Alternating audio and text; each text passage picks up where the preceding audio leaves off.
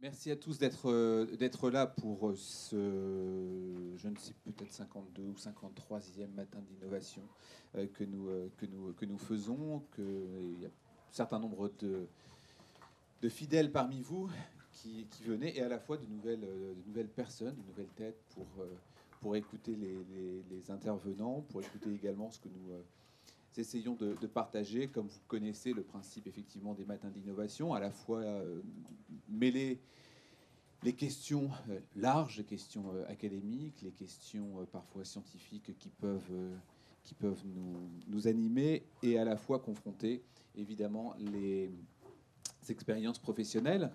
Nous avons depuis 10 ans que nous faisons les matins d'innovation eu un certain nombre d'intervenants, plus de 300 personnes sont passées pour discuter, partager avec vous l'ensemble des enjeux que font ou que va faire notre économie.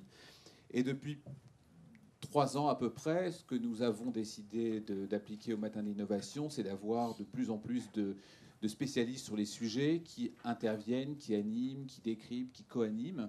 Et évidemment, les professeurs de l'ESSEC. Nous avons eu un professeur d'entrepreneuriat qui est déjà intervenu, un professeur de grande consommation également, et il y a quelques mois de cela, le doyen de la faculté, Vincenzo Vinzi, qui avait également animé un matin d'innovation. Donc généralement, nous avons un ou deux professeurs par an, parmi évidemment les plus reconnus dans leur spécialité, éminents, ce qui est encore le cas ce matin. Et nous avons la chance d'avoir Anne-Jenny Casavant, qui est évidemment professeure à l'ESSEC, en plus de ça responsable du département comptabilité et contrôle de gestion, dont le long CV ne va pas nous permettre de parcourir en détail. Hein. Simplement, les points importants de Anne, c'est bien cette spécialisation et cette expertise autour de la reconnaissance de l'immatériel ou des immatériels par la comptabilité, notamment. Mais ce qui est intéressant, peut-être qu'après tu le diras au cours de l'introduction, etc., c'est que tu l'as vu de façon très tôt, c'est-à-dire ta propre thèse était déjà il y a plus de 10 ans, enfin tu es très jeune, hein, c'est pas ce que je voulais dire, mais il y a plus de 10 ans, et déjà tu avais vu, en tout cas mis le doigt sur un élément important qui était la valeur de l'immatériel et comment travailler autour de cette question-là. Donc je m'arrête là. Me concernant, c'était simplement pour introduire à la fois le matin de l'innovation très rapidement, mais surtout Anne, que je tiens vraiment personnellement et professionnellement à remercier d'être là parmi nous, et qui va introduire à la fois le matin les intervenants qui vont venir participer et échanger. Merci beaucoup à vous tous d'être ici. Merci Anne. Merci. Tu as un micro. Moi j'ai un micro.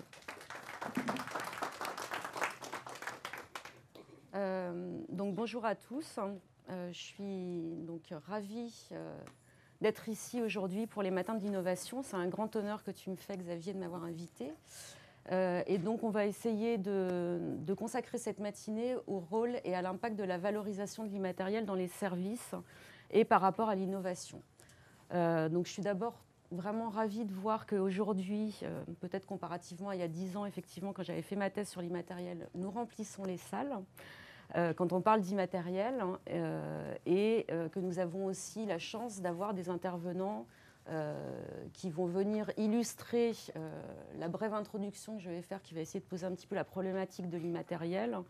Et donc, nous avons aujourd'hui Alan Fustek, qui est directeur scientifique de l'Observatoire de l'immatériel et président d'une société de conseil qui fait de la valorisation d'immatériel qui s'appelle Goodwill Management. Ensuite, nous avons la chance d'entendre Frédéric Groussol, qui est directeur commercial de Google Entreprises. Et puis, Gaëlle Levu, vice-présidente de Business Product Innovation de chez Orange. Voilà.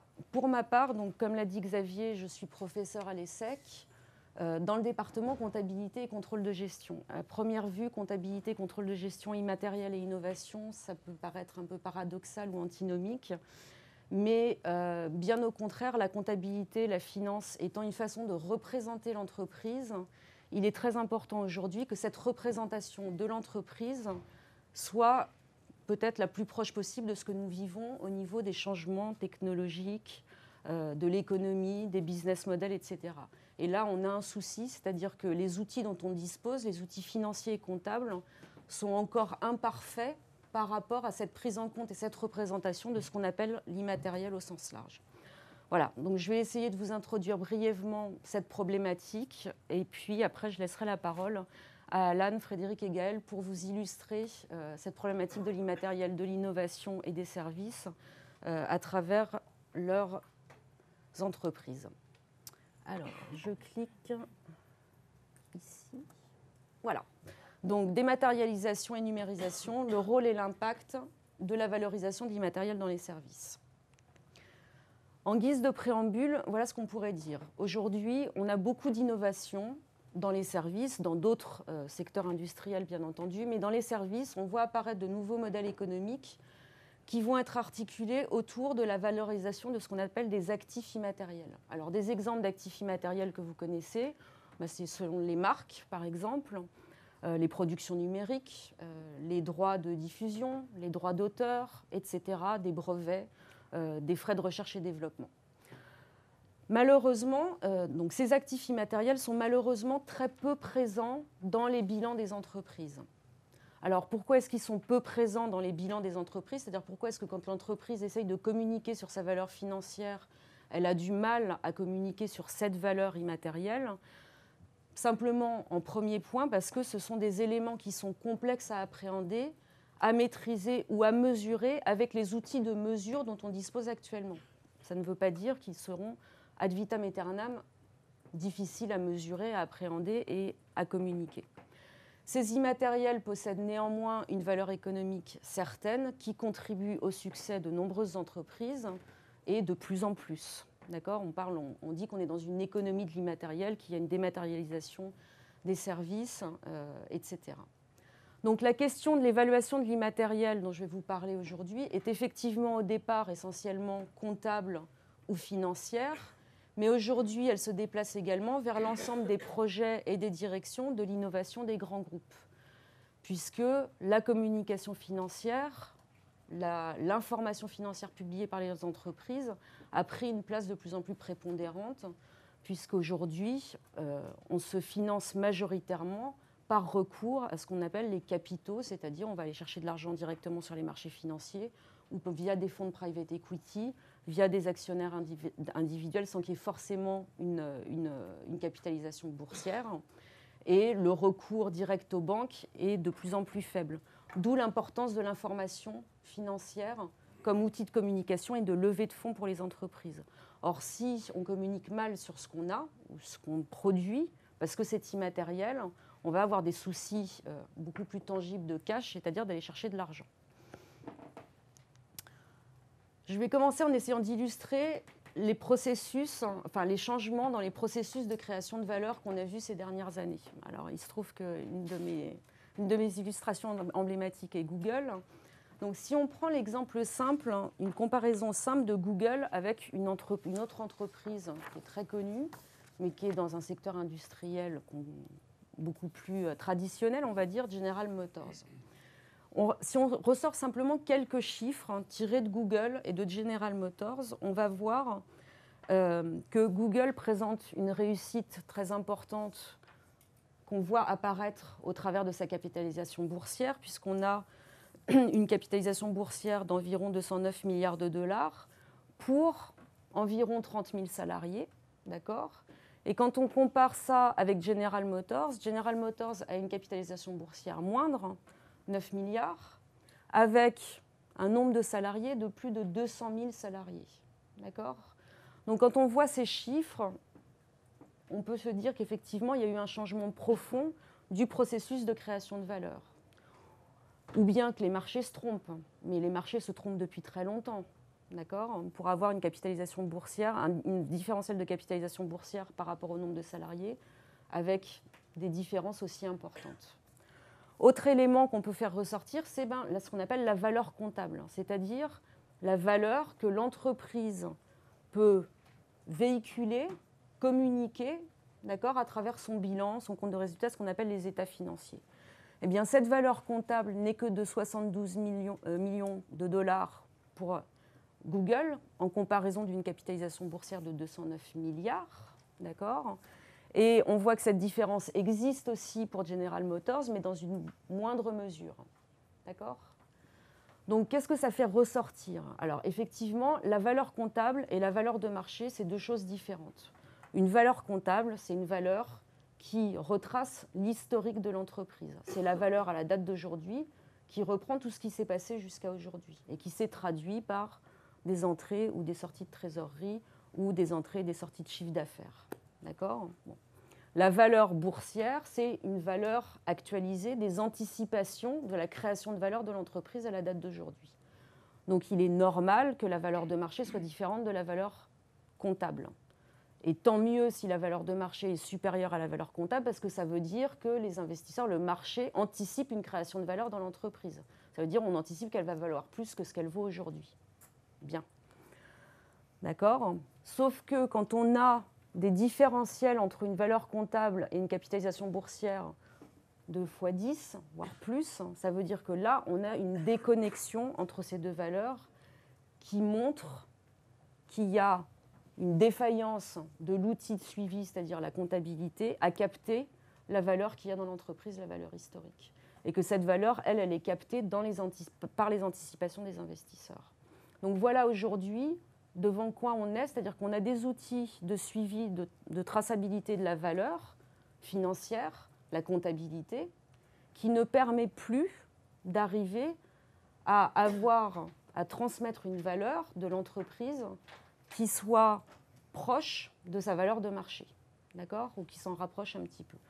Donc pour moi, ce genre d'exemple est emblématique de la défaillance de la comptabilité.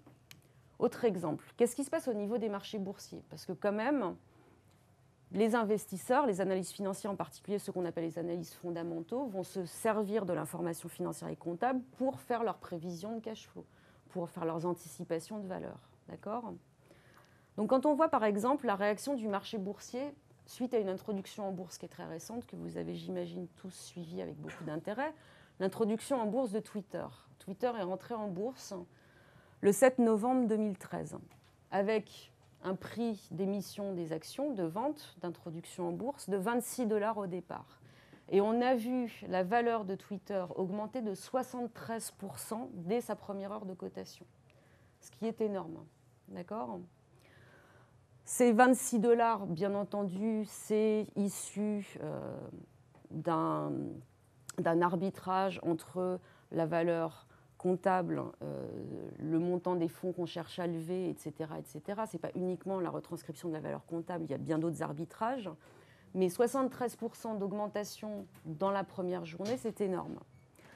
Donc un départ en grande pompe pour le réseau social qui avait pourtant annoncé qu'il ne serait pas rentable avant 2015. Et c'est effectivement une société qui, quand on regarde ces chiffres, n'est pas bénéficiaire. D'accord ?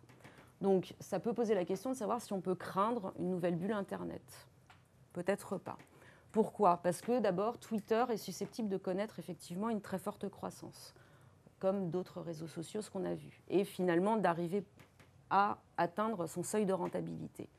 D'autre part, la deuxième chose qui est intéressante à noter, c'est qu'on ne voit pas apparaître un phénomène qui est très connu en finance, qui est le phénomène d'underpricing. C'est-à-dire que normalement, quand vous introduisez une nouvelle société en bourse, il va y avoir un prix de cotation qui va connaître une augmentation dans les premiers moments de cotation et qui va tout de suite rebaisser en dessous de sa valeur d'introduction. C'est ce qu'on appelle l'underpricing, qu'on voit quasiment tout le temps, puis après ça remonte. Chez Twitter, aujourd'hui, pour l'instant, on ne voit pas d'underpricing. C'est-à-dire que le cours a effectivement baissé par rapport au montant assez étonnant qu'il a pris à la fin de sa première journée de cotation, mais ça se stabilise aux alentours de 45 $. Donc on est bien au-dessus de la valeur d'introduction. D'accord ? Donc là, encore une fois, un indice qui semblerait montrer qu'il y a une valeur qu'on n'arrive pas à capter, qui est cette valeur immatérielle, en tout cas qu'on n'arrive pas à traduire ou à transmettre. Alors, pourquoi est-ce que la valorisation comptable des immatériels est devenue incontournable ? On pourrait se dire, finalement, c'est pas grave, la comptabilité, ça sert pour suivre les comptes en interne, etc., parler avec son banquier, et puis référons-nous au marché pour avoir la valeur des entreprises. Mais cette déconnexion, elle va impacter les comptes de l'entreprise. Je vais vous prendre un exemple assez simple, un exemple réel qui a eu lieu il y a quelques années et qui parle d'un monsieur qui a eu une brillante réussite qui s'appelait Niklas Zennström, enfin qui s'appelle toujours Niklas Zennström, qui a été le fondateur de Skype. En septembre 2005, Zennström a vendu sa société Skype à eBay. Donc, et le prix d'acquisition de Skype par eBay en septembre 2005 était de 2,6 milliards de dollars. D'accord ? Donc le fondateur vend Skype à eBay pour 2,6 milliards. Combien valait Skype comptablement ? C'est-à-dire la valeur des actifs qui pouvaient être reconnus comptablement chez Skype, d'accord, et qui a été la base de ce que eBay a acheté, 20 millions d'US dollars. C'est-à-dire que comptablement, cette société Skype ne vaut que 20 millions d'US dollars et une autre société eBay met 2,6 milliards sur la table pour la racheter. D'accord ? Donc, écart énorme, ce qu'on appelle l'écart de première consolidation ou écart d'acquisition. Alors, effectivement, comptablement, je ne vais pas vous faire un cours de comptabilité, mais ce qu'on peut faire quand on rachète une société, la première fois où on va la consolider, c'est-à-dire la mettre dans ses comptes globaux du groupe, qui va devenir eBay plus Skype, on va pouvoir réévaluer un certain nombre d'actifs qui étaient chez Skype et reconnaître des nouveaux actifs, dont une grande part d'actifs immatériels. C'est-à-dire que, par exemple, une marque, des frais de recherche et développement en cours, des procédés, même s'ils ne sont pas brevetés, on va pouvoir les reconnaître au moment où on rentre la société nouvellement acquise dans ses comptes. Pourquoi ? Parce qu'on a eu une valeur de marché, on a un prix d'acquisition, on a un coût de transaction. D'accord ? Donc la comptabilité dit « OK, il y a une valeur qui est attachée à ces éléments, donc vous avez le droit de les reconnaître dans votre bilan. » Alors qu'avant, comme c'est vous qui avez développé en interne votre marque, votre procédé, votre recherche et développement, etc., ça n'est pas, la valeur est trop subjective et moi, comptable, normalisateur comptable, je n'autorise pas ce que vous indiquiez cette valeur dans vos comptes. Trop de subjectivité. Si vous rachetez à l'extérieur, soit par le biais d'une acquisition d'entreprise, soit par le biais de l'acquisition d'un immatériel seul, là, vous avez le droit de le reconnaître dans vos comptes parce que c'est une valeur objective. Il y a eu la rencontre d'une offre et d'une demande sur un marché, il y a un prix d'acquisition. OK. Donc, c'est ce que va faire eBay, et eBay va essayer de reconnaître, de diminuer le montant de cet écart et de reconnaître un certain nombre d'éléments immatériels dans ses comptes qui proviennent de chez Google. Malheureusement, on ne peut pas faire mieux que de reconnaître pour 280 millions d'US dollars en plus. Donc, qu'est-ce qu'on a fait ? On a revalorisé des brevets, on a activé, donc passé à l'actif au bilan des listes de clients, une marque, d'accord, etc., etc. OK ? Mais à la fin de la journée, on se retrouve quand même dans les comptes d'eBay avec ce qu'on appelle un goodwill de 2,3 milliards sur un prix d'acquisition de 2,6 milliards. D'accord ? Le goodwill, je vais revenir un petit peu après sur ce que c'est. Le goodwill, c'est quelque chose que vous voyez apparaître dans tous les comptes des groupes, des sociétés dans lesquelles vous travaillez. D'accord ? Ce goodwill, normalement, d'un point de vue de la règle, ne doit être qu'une valeur résiduelle.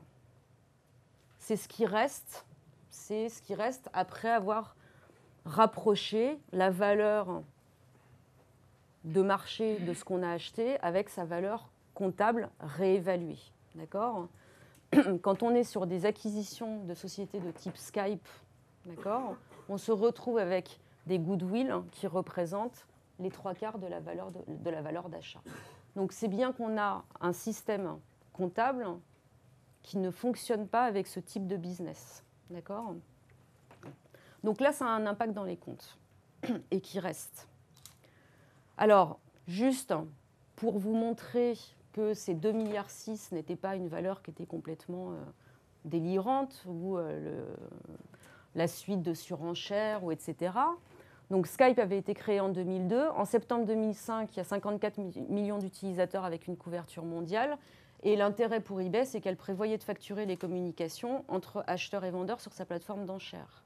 Elle avait même le risque d'être obligée de le faire. Donc le rachat de Skype avait un sens d'un point de vue de son business model. Les chiffres sur lesquels on se basait pour faire cette offre à 2,6 milliards, un chiffre d'affaires 2004 de 7 millions d'US dollars, Skype était encore non rentable, et un chiffre d'affaires estimé pour 2005 et 2006 qui montait à 60 millions d'US dollars, 200 millions d'US dollars, etc. Donc des perspectives de croissance importantes. En novembre 2011, eBay a cédé 70% de sa participation dans Skype pour une valeur de 2,75 milliards d'US dollars. Ça veut dire que 5 ans après cette acquisition, elle revend en continuant à faire une plus-value, d'accord, sur Skype. Donc elle n'était pas, cette valeur de 2,6 milliards n'était pas aberrante, d'accord. Voilà. Alors, donc le contexte de l'immatériel, les précédents exemples de Google, Skype ou Twitter montrent bien que le capital immatériel est devenu un thème majeur pour la finance et le management.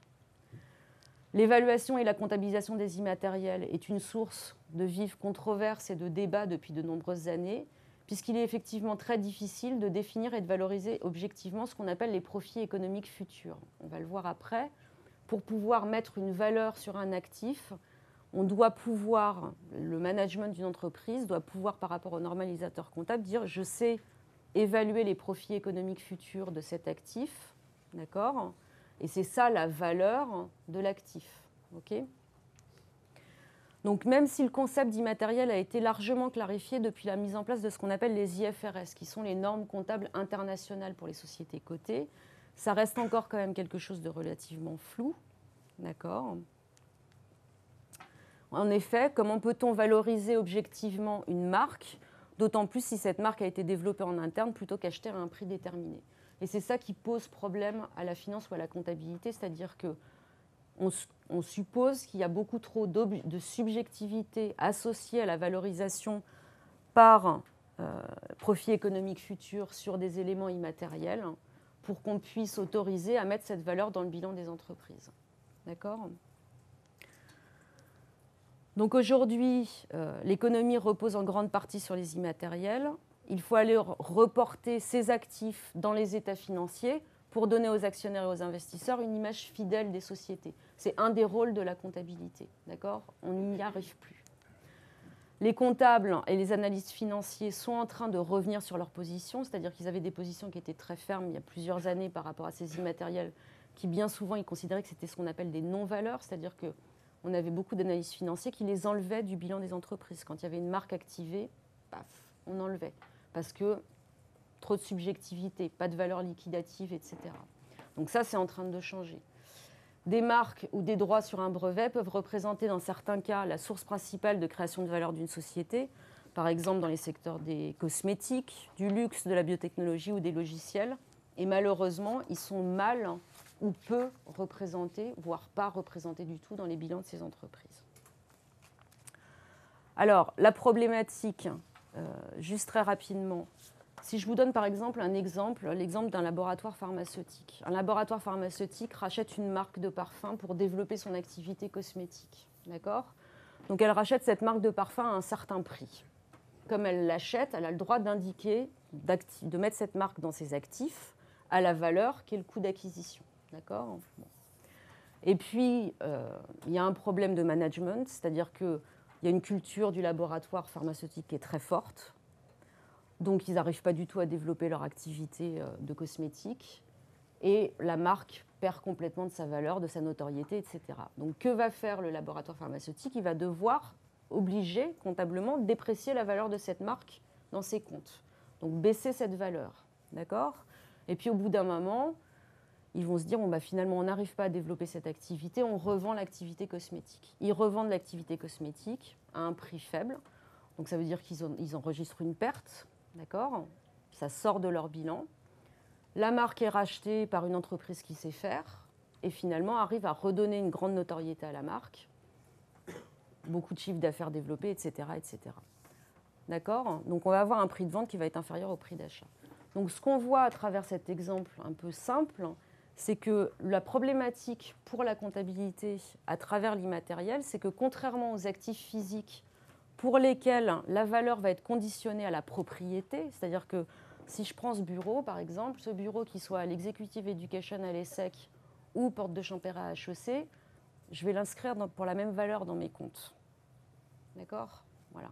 Alors que mon actif immatériel, sa valeur est conditionnée, c'est la façon dont le management va utiliser l'immatériel qui va créer le flux de profit économique futur et donc qui va donner la valeur à cet immatériel. D'accord ? Donc ça, c'est quelque chose que la norme comptable n'aime pas, parce que c'est trop subjectif. C'est-à-dire que ça induit trop de volatilité dans les comptes. D'accord ? Et toute volatilité dans les comptes, c'est quelque chose qu'on n'aime pas en comptabilité ou en finance. Donc un même actif immatériel peut avoir deux valeurs complètement différentes. Cette marque, qu'elle soit dans le laboratoire pharmaceutique ou rachetée par l'autre entreprise, elle ne va pas du tout avoir la même valeur. D'accord ? Donc les grandes questions liées à l'immatériel, d'un point de vue comptable et financier, c'est d'abord sa définition, sa reconnaissance, si on peut le reconnaître, et sa valeur au bilan, le traitement après de ces changements de valeur dans le temps, parce que ça ne va pas du tout avoir le même type de caractéristiques ou de façon de vivre qu'un actif matériel, ce qu'on sait faire. Et puis tout ça, il ne faut pas oublier, et j'essaierai de l'illustrer rapidement, c'est que ça a des impacts sur les états financiers. Ça n'est pas neutre par rapport au niveau de résultat que vous allez dégager à la fin de l'année et à la tête du bilan de votre valeur patrimoniale. D'accord ? Donc, juste très rapidement, aujourd'hui, la norme comptable avec laquelle on vit nous indique, c'est la norme IAS 38 dans les normes internationales, définit une immobilisation incorporelle comme un actif non monétaire sans substance physique et définit un certain nombre de ses caractéristiques. D'abord, ce sont des ressources qui sont contrôlées par l'entité pour lesquelles on peut prouver qu'ils généreront des revenus futurs revenant à l'entreprise.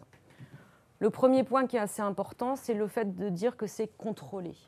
Et souvent, on ne va pas arriver à prouver qu'on contrôle l'actif immatériel, parce qu'on ne va pas avoir un droit légal dessus. D'accord ? Il ne va pas toujours y avoir un droit légal, un droit de protection. Par exemple, si on pense à des procédés qui ne sont pas encore brevetés, comme on n'a pas un droit légal de propriété sur ce bien, la comptabilité va dire qu'on ne remplit pas la première caractéristique ou la première condition. Ensuite, on doit arriver à prouver qu'il génère des revenus futurs revenant à l'entreprise. Ça, c'est pareil. C'est quelque chose qui n'est pas du tout facile à prouver. D'accord ?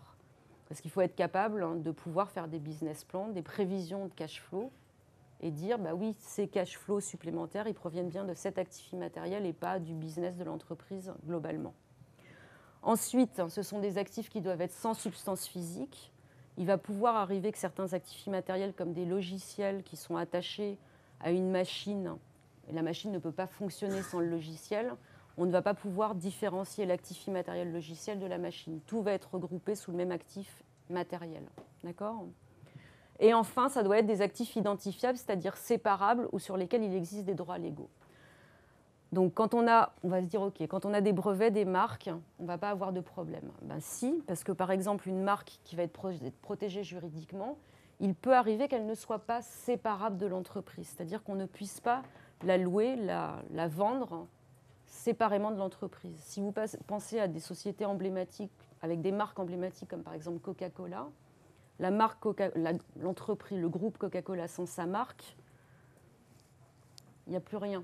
D'accord ? Donc souvent, le problème, c'est qu'on ne remplit pas ce critère de séparabilité entre, par exemple, la marque et l'entreprise. Et donc, la comptabilité va vous dire que vous ne pouvez pas enregistrer cette marque de manière indépendante dans votre bilan parce que vous l'avez développée en interne et qu'elle n'est pas séparable. D'accord ? Voilà. Alors ensuite, généralement, on va regrouper les actifs immatériels en 3 grandes catégories parce qu'il n'y a pas tout à fait les mêmes façons de les comptabiliser. La recherche et développement, qui est peut-être un des rares actifs immatériels, donc les frais de recherche et développement, qui est un des rares actifs immatériels, ce qu'on appelle développé en interne, que l'entreprise, sous condition, va pouvoir enregistrer dans ses comptes. D'accord ?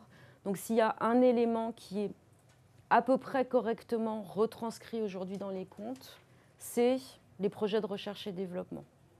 Parce qu'on a la possibilité de les enregistrer dans les comptes comme un actif, d'accord, comme un investissement de l'entreprise, sous condition. Le goodwill, on a vu rapidement ce que c'était à travers l'exemple de Skype et eBay, d'accord ? Donc c'est la différence de valeur qu'il y a entre la société qu'on va racheter et la juste valeur de cette société, d'accord ? Et donc ça représente les avantages économiques futurs attendus du rachat d'une société, d'une acquisition. Donc c'est une valeur immatérielle. D'accord, qu'on va voir dans les comptes de l'entreprise à l'actif. Et puis après, il y a ce qu'on appelle les autres actifs incorporels, donc toute une liste de catégories qu'on peut retrouver suivant les secteurs d'activité ou pas. des brevets, des marques, des copyrights, des droits d'auteur, des franchises, des contrats de licence, les frais de transfert des joueurs de football, par exemple. Dans les clubs de foot anglais, on a la possibilité d'activer les frais de transfert des joueurs de foot et de les amortir sur la durée de vie du contrat. D'accord ? C'est un actif immatériel. Donc voilà, ça c'était juste pour vous rappeler ce que c'était que le goodwill. Le goodwill, c'est bien la différence entre le prix d'acquisition d'une entreprise et la valeur réévaluée comptable de l'entreprise qu'on a rachetée. D'accord ? Donc c'est juste cette partie-là, le goodwill, donc ça a été construit comme quelque chose qui doit être une valeur résiduelle. D'accord ? Si vous vous souvenez de l'exemple de Skype et eBay, on n'est plus sur des montants résiduels quand on est à 2,3 milliards sur une valeur de 2,6 milliards de prix d'acquisition. Donc le problème, c'est que les principes comptables sont à la fois en faveur et contre la reconnaissance des immatériels en tant qu'actifs, c'est-à-dire qu'on a plusieurs principes comptables qui vont jouer en sens inverse. On a un premier principe qui est le principe de séparation des exercices ou le matching principle qui va vous dire si vous dépensez de l'argent, par exemple dans de la recherche et développement, et que cet argent vous rapporte de l'argent en termes de chiffre d'affaires ou de résultats dans le futur, alors c'est un investissement et donc ça doit bien être considéré comme un actif, d'accord ? Pour que cet actif soit amorti et que les amortissements viennent en face des revenus que ça va générer. Ça, c'est le principe de séparation des exercices. C'est-à-dire que, comme pour une immobilisation corporelle, d'accord, qui va servir à l'entreprise, je sais pas, ce bureau sert à l'entreprise pendant 5 ans, donc ça génère des revenus pendant 5 ans. Ben, pendant 5 ans, vous devez faire en sorte que vous étalez la charge due à cet actif matériel pour qu'il soit en face des revenus qu'il génère. Si une dépense immatérielle a un caractère d'investissement, la comptabilité vous dit, bah oui, on doit faire pareil. C'est-à-dire que vous devez faire en sorte que vos dépenses immatérielles soient en regard des revenus que ça génère. D'accord ? Et puis de l'autre côté, vous avez un autre principe qui va être aussi important et qui va jouer aussi, qui est le principe de prudence, qui va vous dire, attention, tant que les profits économiques générés par les actifs incorporels ne sont pas certains, d'accord, qu'il y a trop de subjectivité, les coûts doivent être passés en charge dans la période où ils apparaissent. Donc ça veut dire, en gros, laissez tout dans le compte de résultat. D'accord ? Donc on a un vrai paradoxe comptable. C'est-à-dire que la comptabilité elle-même, de par ses règles intrinsèques, va vous donner 2 indications contraires. Je vais vous passer là-dessus. Donc juste pour vous montrer quel est l'impact de la capitalisation sur le compte de résultat. Ce n'est pas neutre. Imaginez une entreprise, j'en vais faire simulation 1 et 2, qui a un résultat net avant dépenses de recherche et développement de 500. D'accord ? Et puis elle engage des dépenses de recherche et développement qui sont du personnel, ses chercheurs, et puis des dépréciations de, je sais pas, de matériel utilisé dans le laboratoire pour un montant de 80 et 70. Son résultat net après son effort de recherche et développement va être de 350. D'accord ? Si on n'a pas le droit d'activer la R&D, ben on va avoir un résultat net après R&D de 350. OK, on finit avec 350. Je fais comme s'il n'y avait pas d'impôt. D'accord ? Ça ne change rien. Si par contre, j'ai le droit d'activer ma R&D, c'est-à-dire de dire, OK, ce n'est pas une charge, c'est un investissement, je le passe au bilan, je me retrouve avec, je vais rajouter ces dépenses de R&D, je les sors de mes charges pour les mettre au bilan. Donc, je me retrouve avec un résultat net de 500, d'accord, que je dois amortir dès la première année, disons sur 5 ans. Donc, je me recrée 32 charges et donc je finis avec un résultat de 470. Ça veut dire que le fait de capitaliser de la R&D, ça vous fait un différentiel de résultat net de 120, positivement pour celui qui active la R&D. D'accord ? Donc, ce n'est pas neutre. Bien entendu, en bout de ligne, si on regarde les 5 ans de la durée de vie de l'investissement, comme vous allez amortir pendant 5 ans, au total, c'est la même chose. Bien entendu, dans vos flux de trésorerie, dans vos cash flows, c'est la même chose. Vous n'allez pas rentrer ou sortir plus d'argent. Mais d'un point de vue, entre guillemets, cosmétique, vous allez présenter un compte de résultat qui sera beaucoup plus bénéficiaire ou qui pourra vous permettre de passer d'une situation déficitaire à une situation bénéficiaire. Ça a pu être utilisé par un certain nombre d'entreprises de façon opportuniste. D'accord ? Ce qui est une des craintes aussi de la comptabilité. Donc, ce n'est pas neutre. Alors, à ce paradoxe comptable répond un paradoxe financier. par rapport à l'immatériel. Donc, comment est-ce qu'on fait de la valorisation financière, ma valeur de marché, l'évaluation d'entreprise dont je vous parlais? Ce sont des techniques qui supposent souvent une comparabilité financière, qui nécessitent ce qu'on appelle des multiples sectoriels, qui déterminent un taux d'actualisation. Et donc, la valeur doit pouvoir correspondre précisément à l'actualisation de ce qu'on appelle les cash flows futurs. D'accord? Si ça n'est pas ça, elle devient spéculative. Okay? Or, le problème, c'est que généralement, avec l'immatériel, sa valeur repose sur sa non-réplicabilité, sur le fait que c'est un actif qui est typique, non réplicable.